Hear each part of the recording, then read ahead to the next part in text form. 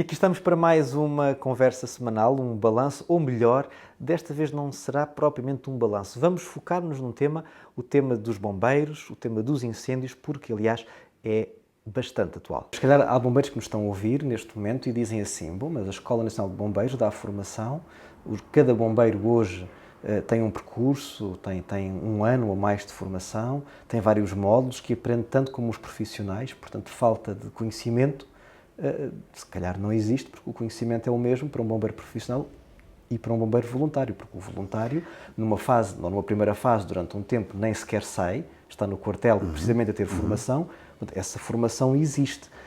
A questão é o facto de não serem profissionais e não trabalhar, ou não terem um trabalho regular de 8 horas, ou 6 horas, ou 7 horas diárias, o que seja.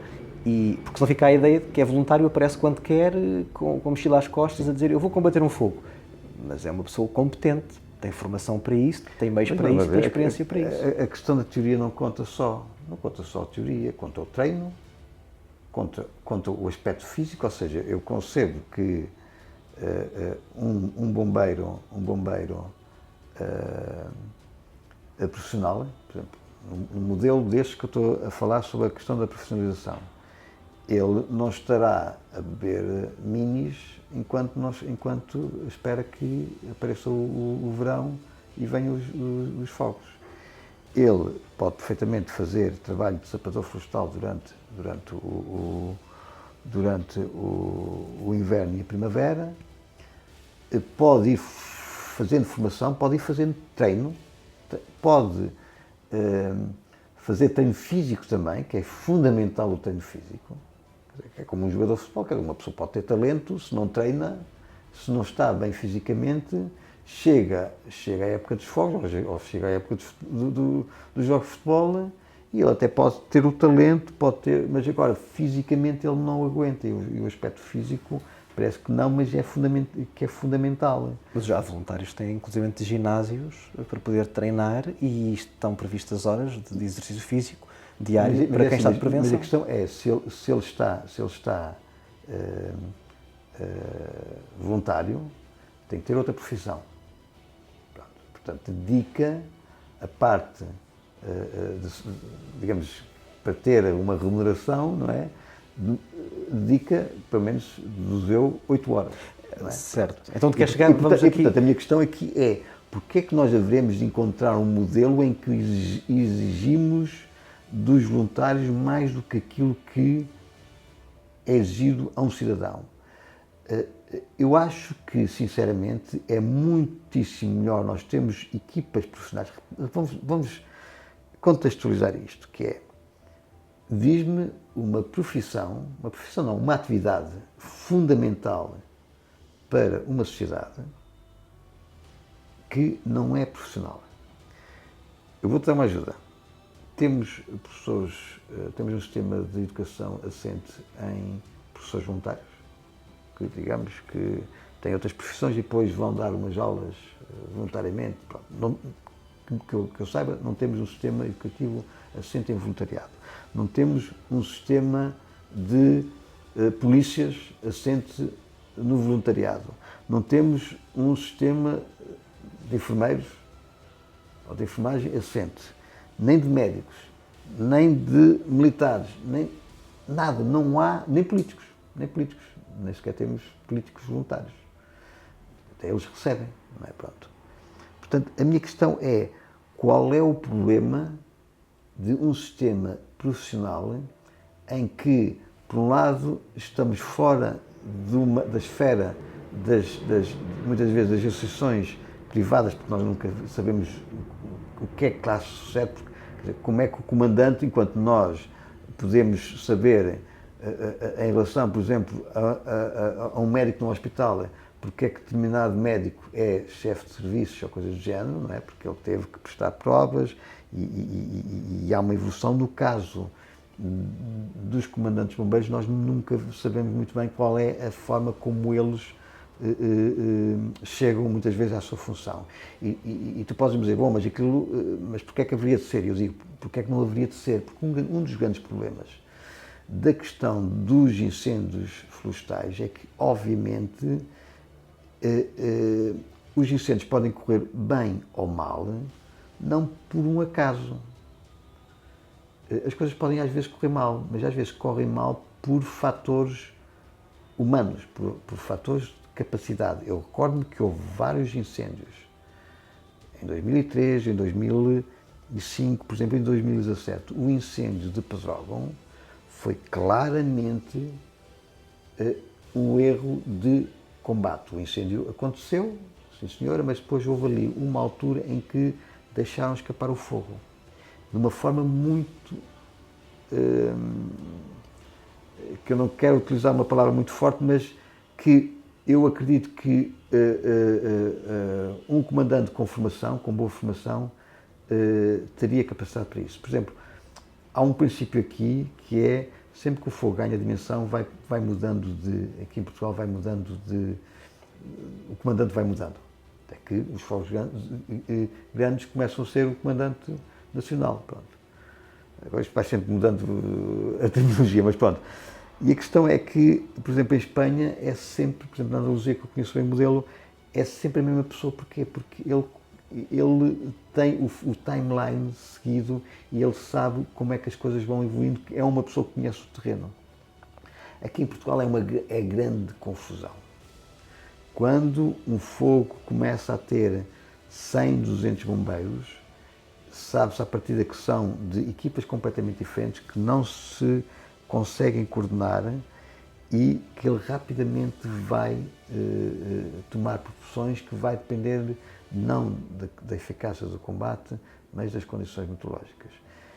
Grandes incêndios raramente são extintos durante o dia, é quase sempre de noite com a ajuda de São Pedro. E a minha questão aqui é, este modelo já deu provas de que dá péssimos resultados. Nós neste momento temos uma estrutura completamente fragmentada, temos pessoas, temos a combater da GNR, do ICNF, dos bombeiros daqui, depois vêm os bombeiros profissionais, depois vêm os bombeiros das celuloses. É uma confusão, é uma manta de retalhos e depois o que acontece? No fim não é culpa de ninguém. Correu mal, mas é tudo, somos sempre todos heróis. Não, mas Pedro, não fechavas a porta ao voluntariado, porque o voluntariado... O voluntariado, por exemplo, no modelo, mais uma vez, no modelo da Andaluzia, o voluntariado era proteção dos perímetros urbanos. Perímetros urbanos. Okay, porque o grande drama muitas vezes é que como há uma pressão enorme até da comunicação social, das populações que estão muitas vezes abandonadas em pânico, há uma confluência para ir proteger casas e na verdade nós não temos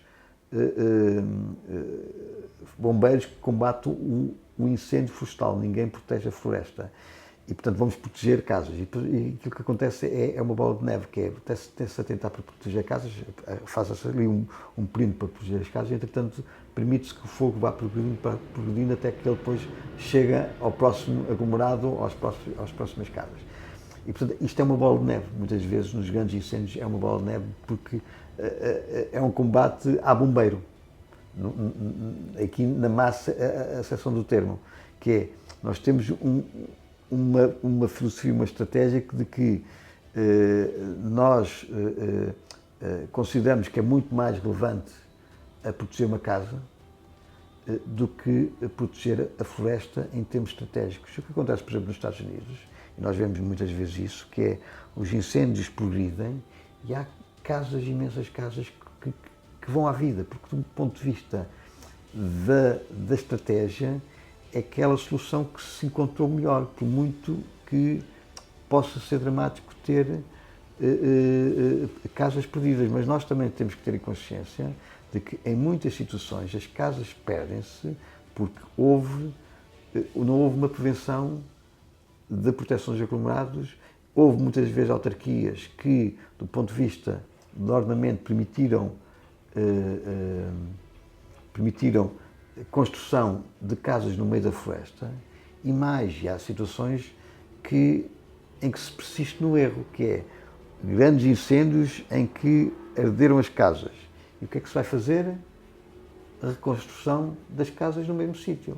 daqui a 10 anos vamos ter exatamente o mesmo problema, até porque a persistência dos fogos em algumas regiões é dantesca, porque nós temos, e basta ver alguns mapas, eu até fiz um mestrado em 2021 sobre a área florestal ardida nas zonas do regime florestal, portanto, das zonas públicas. Porque, por cima, depois há outro problema, que é o Estado ainda dá o pior exemplo, as áreas públicas dos perímetros florestais, dos baldios, e as áreas públicas dos perímetros das matas nacionais, etc., ardem muito mais do que dos privados. Mas uma das situações que nós verificamos é que há vastas regiões, sobretudo da zona centro e norte, em que em 40 anos arderam 2 e 3 vezes. Isso coloca-nos num outro problema, que é saber, nestas circunstâncias, se nós não mudamos o paradigma do modelo florestal, do modelo de gestão, do modelo de prevenção e de combate, nós estamos a perpetuar isto, porque assim nós tivemos grandes incêndios em 2003, 2005, depois temos uns aninhos ali com menos e depois temos 2017 com 540 mil hectares. Não é provável que nós venhamos a ter, pode acontecer, venhamos a ter fogos com mais do que 100 mil hectares nos próximos anos. Para este ano pode ser que aconteça, dependendo um bocadinho das circunstâncias. Porquê? Porque tivemos 540 mil hectares ardidos. 540 mil hectares ardidos. Nós temos uma área florestal de 3 milhões de hectares. 540 mil hectares ardidos são 6% do território português. Não há nenhum país mediterrâneo, desde 2002, que tenha estes níveis de destruição. O único país, desde 2002, por um ano só, que teve mais do que 1% do seu território foi a Grécia, que foi em 2002 ou 2005. Portugal, ao contrário dos outros países, mesmo com a questão das alterações climáticas, enquanto os outros países, Espanha tem vindo a diminuir, em termos médios, em termos de média móvel, tem estado a diminuir. Portugal aumentou desde os anos 80 e agora está mais ou menos estável, nos 100 e tal mil hectares em média móvel. O que acontece? O que é que está a acontecer? O que está a acontecer é que estão a aumentar a frequência dos anos completamente catastróficos. Enquanto nós tínhamos antigamente, na primeira década do ano 2000, deste século, nós tínhamos quase sistematicamente anos com 100 mil hectares. O que acontece agora é que temos anos de 300, 400 mil, depois temos 540 mil. E depois o que acontece? Nós, a seguir ao 540 mil, tivemos nos anos 2018, 2019, 2020, 2021, até tivemos poucos incêndios. No ano passado, se não me engano, arderam 30 mil hectares. Se temos um modelo eficaz, conseguimos debelar os incêndios? Não. O que aconteceu foi que, entretanto, o fogo serviu de tampão. Portanto, as áreas de maior risco deixaram de ser de risco, não porque passámos a ser bons, mas porque, entretanto, os matos têm que crescer, os ordenamentos têm que continuar e daqui a 5, 10 anos vai acontecer nova desgraça. É aquilo que está a acontecer, infelizmente. Pedro, esta semana não se tratou propriamente de um balanço, mas sim de uma visão sobre Sim, que eu acho que é fundamental e até, se calhar, até um bocadinho mais longo do que seria suposto, mas o drama às vezes, e também o próprio Paz não quer contrariar isso, que é aprofundar as coisas e, obviamente, as pessoas podem não assistir a tudo hoje, mas irem num dia em que tenham mais tempo e dizer, vamos lá ouvir agora a explicação do Pedro Almeida Vieira sobre esta matéria. Sim, porque de repente, ou aparentemente, pode-se rapidamente concluir que és contra os bombeiros voluntários, que os comandantes são todos incompetentes e que os bombeiros voluntários não fazem falta para nada. Não, a questão aqui é, nós temos que debater isto e a questão da competência é algo que tem que ser falado em tudo. Quer nos profissionais, quer nos voluntários. O problema é que, se nós encontrarmos um profissional incompetente, nós podemos responsabilizá-lo. E aquilo que acontece muitas das vezes é que quando as coisas correm mal, e às vezes correm mal, vem o discurso de que, mas nós somos voluntários, e isso não pode ser a desculpa. A questão da pessoa que vai dar, o facto, por exemplo, de nós termos um serviço de voluntariado social, por exemplo, não dá, digamos, permissão para que a pessoa faça um mau serviço. Se nós vamos acreditar e até vamos estar a dar meios, por por exemplo, para apoiar os pobres, não é? A questão não pode ser, hoje apetece-me ir e vou dar comida ao pobre, amanhã não me apetece, pá, vou fazer outra coisa qualquer e não dá. Portanto, há uma questão, uma cultura de responsabilidade e de responsabilização que deve estar, quer seja voluntário, quer seja profissional. Aquilo que eu acho é que, se nós tivermos uma estrutura profissional, podemos exigir até ao próprio Estado que faça uma distribuição mais criteriosa, que possamos dar condições até a muitos bombeiros, porque eu estou convencido que muitos bombeiros voluntários, se lhes pusessem a escolherem, quer ser bombeiro voluntário ou quer ser bombeiro profissional, em que damos treino, formação contínua e está-se a dedicar em corpo e alma, sem sacrifício da família, porque o bombeiro voluntário está a sacrificar também a sua família. E, portanto, se nós pudéssemos dar a escolher, eu acredito que a esmagadora maioria dos bombeiros voluntários preferia ser bombeiro profissional com condições para ser um excelente bombeiro, porque eu não tenho dúvidas absolutamente nenhumas. Um bombeiro que antes era voluntário e passou a ser profissional, ele passou a ser melhor, porque é uma questão óbvia de treino, de capacidade de concentração, ele torna-se melhor.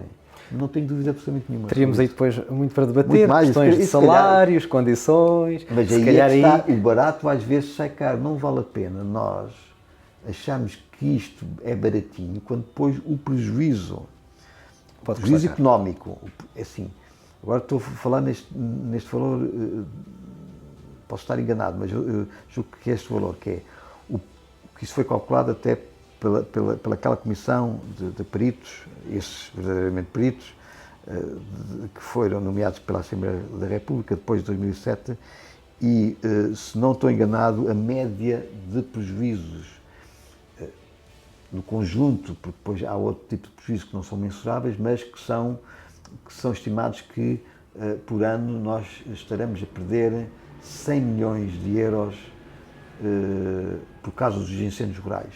E, portanto, isso é muito dinheiro. Qualquer poupança que em termos de área ardida de impacto, dá perfeitamente para uma estrutura profissional e capaz. Quase em tom de conclusão, mas também com algum sentido crítico, todos os jornalistas no ativo são profissionais, todos os políticos são profissionais, no entanto, têm feito muitas vezes um trabalho muito abaixo do voluntariado dos bombeiros. Mas aí é que, aliás, nós vimos agora uma situação que foi uns diretos, não sei se foi, já não me recordo a televisão, qual foi a televisão, que era a fazerem perguntas aos bombeiros e o bombeiro a dizer: tire-me o carro daqui, e ela a dizer: tem que acabar o direto. Quer dizer, esse jornalista tem que ser responsabilizado. Portanto, a questão aqui tem a ver com isso. Ou seja, nós vamos encontrar, certamente, excelentes, extraordinários bombeiros voluntários. E esses eu acho que deviam ser profissionais. Tal como vamos encontrar em Mas se eles não quisessem ser profissionais, se eles quiserem ser voluntários, continuarem a dedicar-se, um fim de semana de 24 horas por mês, 15 em 15 dias, um dia da semana ou uma noite... Vamos lá ver, estamos aqui a falar dos incêndios rurais. Os incêndios rurais representam, se não estou enganado, 2% das intervenções, das chamadas de intervenções dos bombeiros voluntários.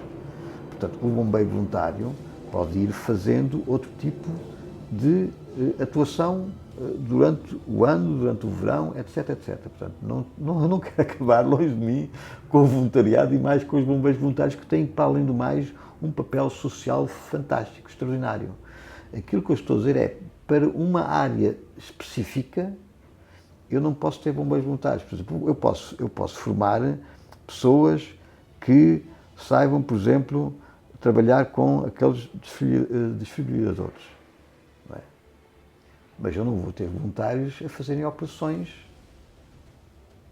nos fins de semana ou quando podem, porque eu preciso de médicos profissionais com treino, etc, etc, etc. Portanto, isto tem a ver com uma área muito específica que são os incêndios rurais, que nem sequer é o core business, chamemos assim, das corporações de bombeiros.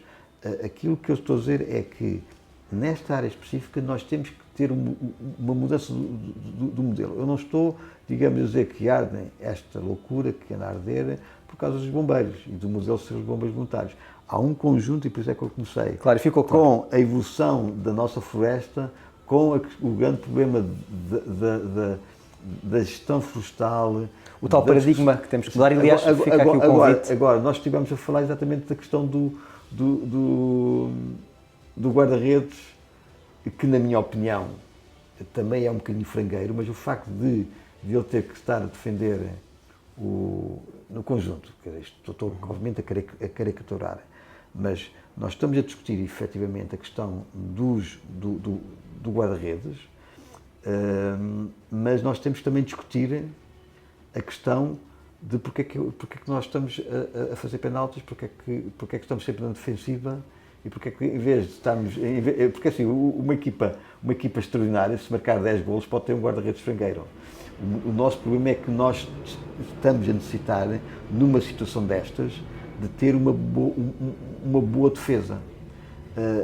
Nós podemos, isto é comparando com uma guerra, nós podemos pensar assim, bom, nós temos que arranjar um modelo de floresta sustentável, temos que fazer isto e mais aquilo e aquilo outro. Pronto, isso é fundamental, é aquilo que em política nós temos que fazer uma boa diplomacia para evitar a guerra.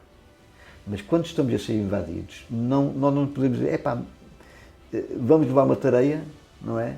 Mas nós devemos continuar a pensar na diplomacia. Não, nós neste momento temos que encontrar uma estrutura rápida, sólida, para evitar esta destruição.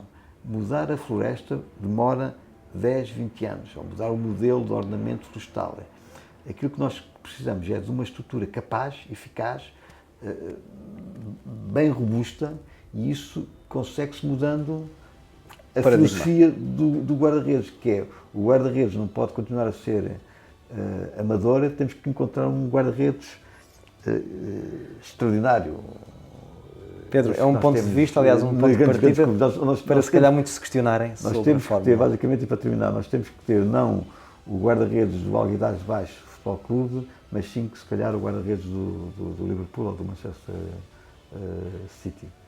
Estas e outras questões, certamente sabemos que se calhar para o ano estaremos a falar sobre elas, porque tem sido um assunto anual, recorrente, todos os verões falam-se de fogos, todos os verões os bombeiros têm uma visibilidade que não têm ao longo do ano, sim, mas pelo menos que haja aqui um momento de reflexão e de crítica que é sempre construtiva. Obrigado, Pedro. Obrigado.